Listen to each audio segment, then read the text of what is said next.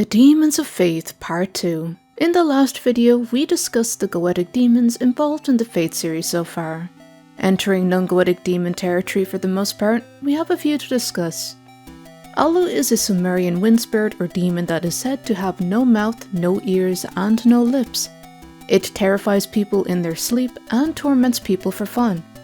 Alu is a vengeful type of spirit who is said to be associated with the Lilu, masculine form of demons, Lilitu being the feminine, and the Galu, Sumerian and Mesopotamian demons or devils that inhabit the underworld, said to drag victims to said place. Galu are associated with luring Inanna into the underworld. The word Galu appears to also represent a dangerous human adversary. Alu can possess a person and either render them unconscious or in a coma. They cause destructive storms, are linked to the parasitic demons known as the incubus or incubi in plural form, and have further links with the Mara, a demon from which the word nightmare originates from, that sits on people's chests and causes nightmares, something that has close ties to sleep paralysis. This may otherwise be a reference to the Aloka, a type of leech spirit with many teeth which feeds on the throats of animals.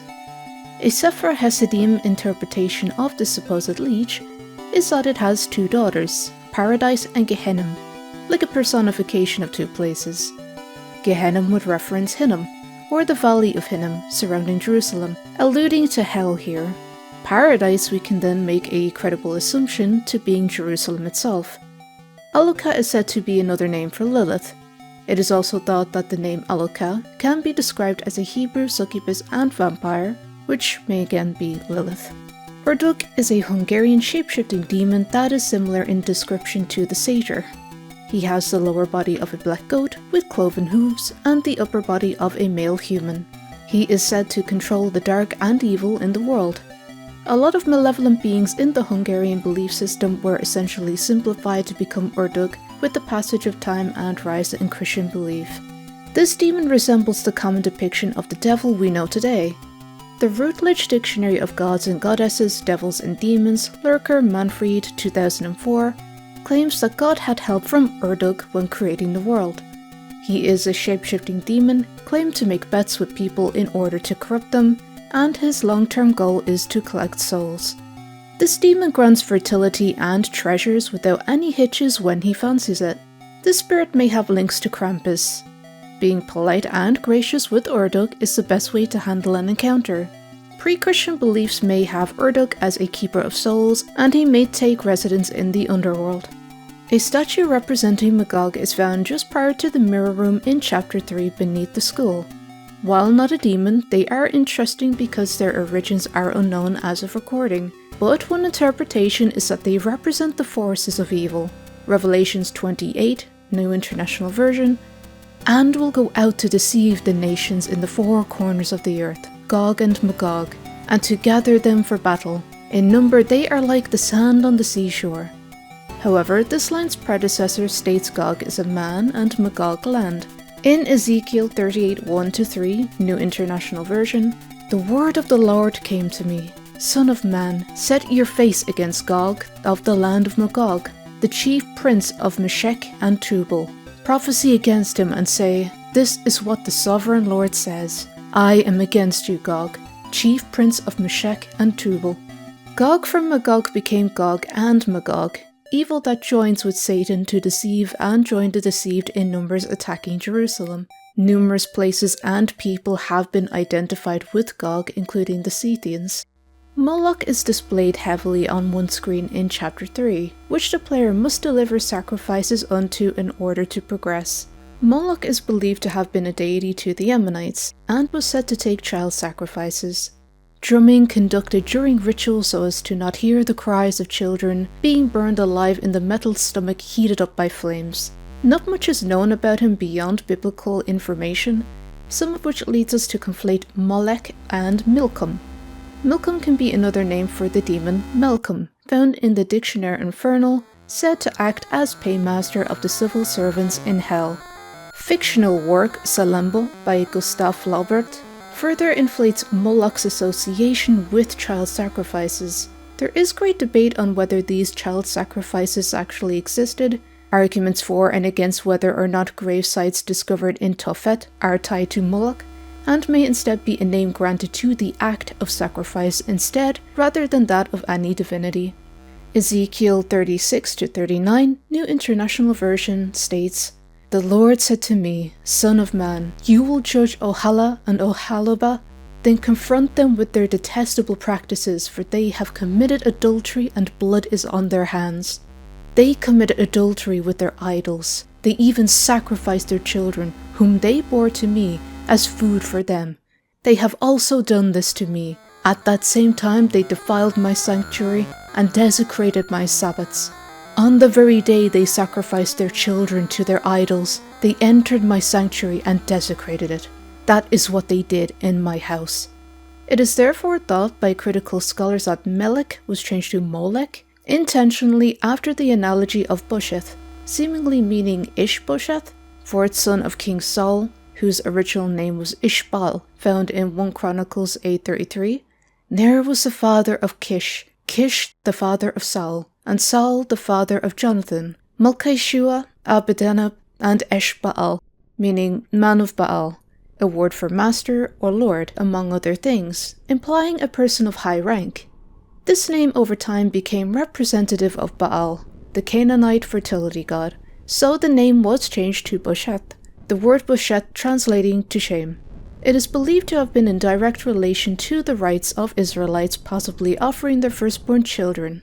In Hosea 2:16-17 it is written, "In that day, declares the Lord, you will call me my husband. You will no longer call me my master. I will remove the names of the Baals from her lips. No longer will their names be invoked." Master being Baal in Hebrew. Otherwise Moloch could suggest a Baal deity instead, as aforementioned. Baphomet or Baphomet imagery appears in chapter 2, which is a symbol still of some debate to some degree. Eliphas Levi's depiction is very well known today, but before him it was thought that Baphomet may have been Muhammad or Prophet Muhammad, leading to the idea of there being followers of the Prophet of Islam among the Knights Templars, and we all mostly know the story of that.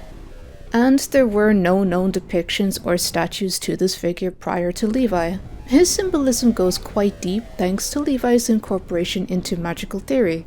The androgynous depiction of this goat-headed deity represents quite a bit. Levi first crossed the head of Baphomet and the inverted pentagram, and occultists as late as Anton LaVey continued to use it, creating association with Satanism. LaVey borrowing heavily from Stanislas de Goethe's Clef de la Magie Noire, 1897. Apologies if I butchered that name, by the way. Reverting back to the original Levi depiction and meaning of Baphomet, that being neither satanic nor anti-Christian, the imagery was representative of astral light, the same light that was supposed to come into existence upon God's utterance of the words, "Let there be light." It is furthermore a partial depiction of equilibrium and magnetism of opposites. Imagery such as those from the Compendium Maleficarum 1608 bears similarity to Levi's Baphomet. A big factor feeding into Levi's chosen depiction is the Tarot's The Devil card from the Marseille deck, or Le Diable.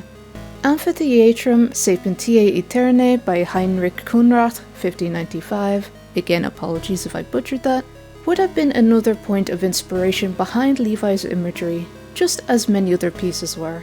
To summarize from one of Levi's most quoted passages on the astral light, "There exists in nature a force infinitely exceeding that of steam, a force that would enable the man capable of seizing and directing it to change the face of the world. The ancients knew this force. It consists of a universal agent whose supreme law is equilibrium, and whose direction is directly related to the great arcanum of transcendental magic. Through the use of this agent, one can change the very order of the seasons, produce the phenomenon of day in the middle of the night, enter instantaneously into contacts with the farthest ends of the earth, see events on the other side of the world, as Apollonius of Tyana did, heal or attack at a distance, and confer on one's speech universal success and influence.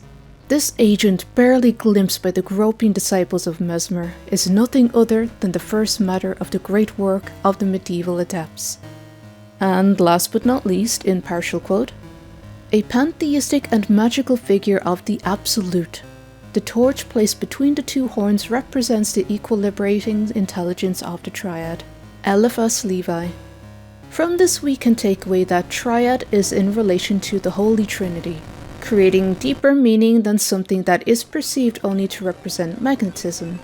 As Levi followed a radical belief system of a true religion, that being a true Catholicism, and that all cults lead back toward it, knowing this would have seeped into his depiction of Baphomet should offer greater insight into something that may be off-putting to many, if not most, at first glance. The Antichrist isn't actually a demon, but is deeply intimate with what people view as demonic. Interpretations vary wildly. It is interpreted that the Antichrist is a human by nature. Christian theologian Bernard McGinn took a dualistic view, that Satan would become an incarnate in the Antichrist, as God would be incarnate in Jesus. The Antichrist was also viewed by Christian Martin White as situations acting as demonic concentrations of power. Covering some in-game demons and associated characters, I won't go into all of them because that would simply create a video that is at least an hour long. The Mirror Demon. First seen after an update to Chapter 1, it is accessed by shooting the mirror. This creates a theory that it's an inner demon, especially when considering the type of note that it drops. Interesting is the floor beneath the demon that does not only contain a number of skeletons, but an inverted triangle, similar to one you might see in ceremonial magic. This demon can otherwise be thought of as inhabiting a pocket dimension. This holds weight when we consider mirrors and their connection to the spiritual world in real-world folklore and spiritual beliefs. Some people cover their mirrors to stop ghosts and other entities from entering the mortal plane and specifically into their house. The Cornfield Demon. This is a demon that can be found in Chapter 2's demo and more. Located behind the church in the cornfield is where it lurks. Children said to wander off into the corn were taken and offed by this being. Miriam Bell. A nun encountered in Chapter 2. She warps and transforms into something demonic if allowed. When showing herself, Miriam regularly appears inhuman, face warping. Given the title, Mother of Demons, she brought many into the world with help of her fellow cult members, dedicated to the unspeakable. Elevator Friend. A child tenant of the apartment complex named Timmy stumbled into this demon, calling him Elevator Friend. Not much is known about him beyond the in-game portrayal of him accompanying the child around the complex at random, and randomly attacking John from the ceiling. Repeatedly selecting floor 7 inside the elevator will inevitably result in this demon's appearance. Elevator Lady. A woman that has a chance of accompanying John in the apartment elevator of Chapter 3. Portrayed as a demon, she has roots in urban legend heralding from somewhere such as South Korea or Japan, named the Elevator Game. The act of playing the elevator game is said to open a doorway into the otherworld. It's said that a young woman could join you on the elevator on the 5th floor, and if so, you must not engage in any capacity. Malphas Acolytes. As discussed in the previous video, Malphas is a duke and a president. He has a following of acolytes in Chapter 3. Their appearance is bird-like and their necks snapped backwards, walking in reverse to accommodate this change from human form. While purple is an appealing colour, it always confused me as to why they wear this shade, as presidents are associated with orange and dukes green because demon ranks are code words for planets. So it would make more sense for a bunch of orange birdies running rampant in the darkness of the woods. Purple is a more appealing colour though, less tiresome on the eyes perhaps, and does blend more into that accursed forest. The Angel. Witnessed in the Chapter 3 cutscene, it is simply referenced as Angel. This entity is believed to be the devil, as John puts it, or a fallen angel, possibly Lucifer. This entity helps John escape the results of a ruined exorcism inside the Martin family residence when events become far too great for John to endure. Gary Miller. In Chapter 3's dialogue with Gary, he will become more misshapen, and either bird-like or with a set of extra hands through each question answered, and a more misshapen face. A total of 3 questions is given to John prior to their initial arena showdown. Gary is also capable of transforming into Astaroth later in the final boss fight. He carries the ability to summon other demons to confront John, and manifests John's inner demons such as the giant clown, something John has a phobia of. The Unspeakable, the grand entity the cult worships. Because the Unspeakable is a devil figure, it is very clear that we can hypothesize their link to. Out of a place of deep curiosity, I'd hope to talk with a Christian on their opinion of demons and surrounding topics. Who better than to ask the developer himself? After asking Airdorf, he kindly offered an interview over email. I had 12 questions in total, and some of them may be a little bit but they were the first things to come to mind that I wanted to ask, and thankfully, as mentioned, Airdorf was very kind to answer them. Question 1. To start off things, in a note from Fate Chapter 2 it says, "Not everyone who says Lucifer, Lucifer will inherit his kingdom." It reminds me, and possibly other players, of an edginess commonly associated with the topic of the satanic panic that's obviously involved in the Fate series. It may seem silly, but I'm curious as to your opinion on Lucifer in general, such as if you view them as a demon precisely and why you might have chosen these words to write on this note. Maybe you believe that there is a kingdom relating to Lucifer, or it's something just made up. Answer. My opinion is, anyone who believes in Christ must also believe in Lucifer, Satan, the devil. I believe he is real. He's a fallen heavenly being, he's the god of this world, he is miserable and wants us to be miserable like him. He and the spirits that follow him dwell with us on this earth and constantly seek to influence us. They are all around us. The Lucifer note is a twist on Matthew 7:21 in the New Testament. I think it's fun when movies and games play around with the concept of Satan being a counterfeit, twisted version of the gospel of Christ. So throughout Fate there's stuff that resembles Christianity, but a corrupted, profane version. Question 2. Falling quickly into spiritual view, do you think Lucifer is Satan, or something separate, merely a type of tempter perhaps? Answer. I think Lucifer and Satan are one and the same, like there are different names for Christ.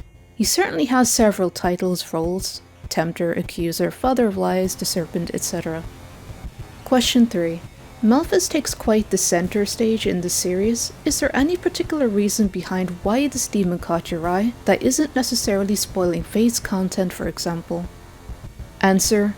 Malphas's crow bird motif was a fun direction to take it design-wise. I read somewhere that Malphas is a high-ranking demon, so it made sense to use it as a big bad. The name also sounds cool. I developed Malphas as a character in Chapter 3.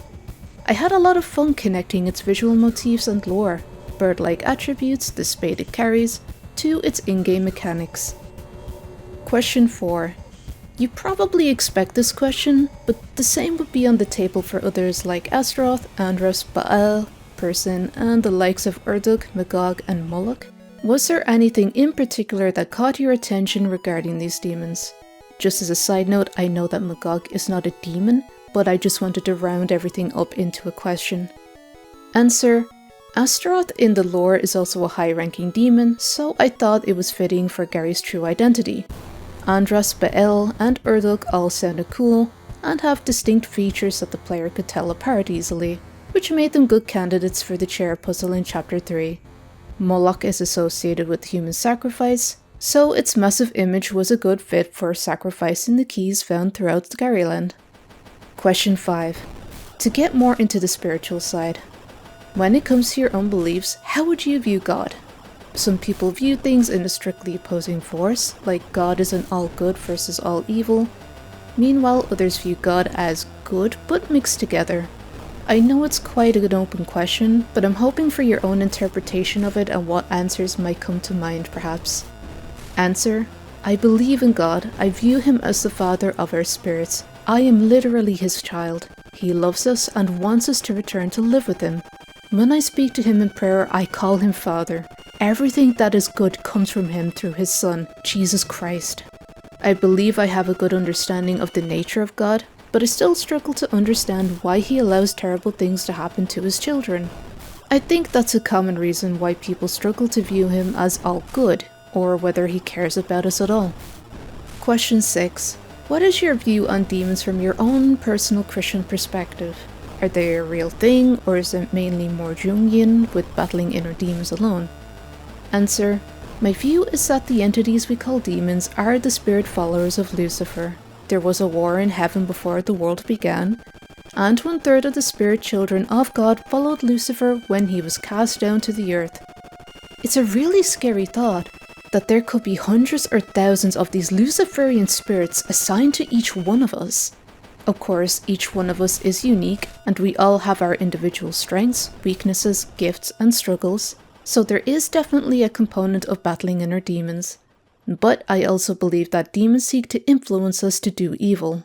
It is possible to give oneself over to their influence so much that you completely lose control, and then they get to take over. Question 7.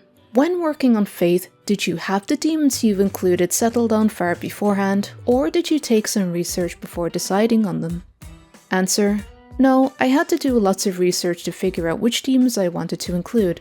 Since chapter 3 really goes into the institution of Gary's cult, it made sense to include known demons from the available lore for the sake of authenticity. Question 8. Were there any demons you may have wanted to throw in additionally, or does your finished piece feel complete? Answer. I can't think of any that I wanted to include but couldn't. I was able to fit pretty much everything I wanted into chapter 3, where most of the lore-based demons are featured. There's no cook content for chapter 3. Question 9. You do seem to have some knowledge on ceremonial magic, with including the Solomonic summoning triangle often seen in Goetic magic, as seen when battling the Mirror Demon through an update to Faith chapter 1, and the basement of the clinic in chapter 3. How deep exactly does that knowledge go? Favorite author perhaps? Maybe you've read a lot on the subject for the Faith series. Did you have any prior knowledge on the subject in the latter case? Answer. The occult has always fascinated me, and occult symbolism, rituals provide a lot of inspiration and get my imagination going. Some of the symbols in the game are lifted from real-world sources like Santeria, the emblems of Astaroth and Malphas seen at the end of chapter 3, the tried and true inverted pentagram. Others I made up for the story of the games, for example the moon, cup, bird and fallen star symbols of the Holy Trinity. The inverted triangle or cup symbol appears in multiple places, specifically boss arenas, and is modified to represent virginity and subsequently conception and pregnancy. The seals of Alu, Malphas and others were mostly made up but incorporate visual motifs I found in my research. The second death ritual is something I made up that kind of ties together elements of all 3 chapters. Example of Amy's face being carved out, Miriam Bell's role, and why Gary runs a dubious childbirth clinic. The funnest part of that was exploring what might happen if an overzealous cultist goes a little overboard and sacrifices hundreds of newborns in the second death ritual, as was the case with Tiffany. Question 10. Again, this may come across as a silly question, but some people do work with demons called demon elders. With all the cult activity in-game, it seems applicable to ask the question, what is your viewpoint on people working with demons instead of working with God? Answer. That's very interesting. I've never heard of the term demon elders. Well, if a human can communicate with God and angels, then they could definitely communicate with demons. I've heard of people like Anton LaVey summoning demons to challenge them, or bind them and force them to give up their secrets. I'm not brave enough for that. Question 11. What inspiration led you to mix demons of the Ars Goetia with other demons such as Ördög from Hungarian belief, rather than just taking one group of demons? And how far does your knowledge on other demons beyond the Ars Goetia go? Answer. Oh, I haven't read the lore that deeply. I'm sure the demons I put in the game are all over the place and not very cohesive in their origins. I just found the ones I thought were cool and added them in. I would eventually like to get into demons and exorcism in other cultures like Islam and Shinto. Question 12. Last but not least, to ask quickly on Fate's own unique demon lore, was the unspeakable ever considered to be the final encounter in chapter 3? Will we ever actually confront it? Answer. No, the unspeakable was always meant to just kind of loom off in the distance in the Unholy Trinity. Maybe players thought the final secret boss would be the unspeakable? I would like to include it in later chapters. If there is ever to be a final showdown against the unspeakable, it will need to be epic. With that being said, thank you very much for watching or listening to this video. If you've gotten this far, I really do appreciate it. Massive thanks goes out to Airdorf not only for the interview, but for artwork that was displayed here because it's never been shown before. And I also noticed that the date is 11th of the 11th, 2024, so very recent artwork. Sincerely, thank you very much for that. Hopefully you enjoyed this video, and if you did, leaving a like and following helps me out a lot and the channel. And with that being said, I hope you have a wonderful day or evening wherever you may be in the world. Stay safe, and maybe I'll see you next time. Bye.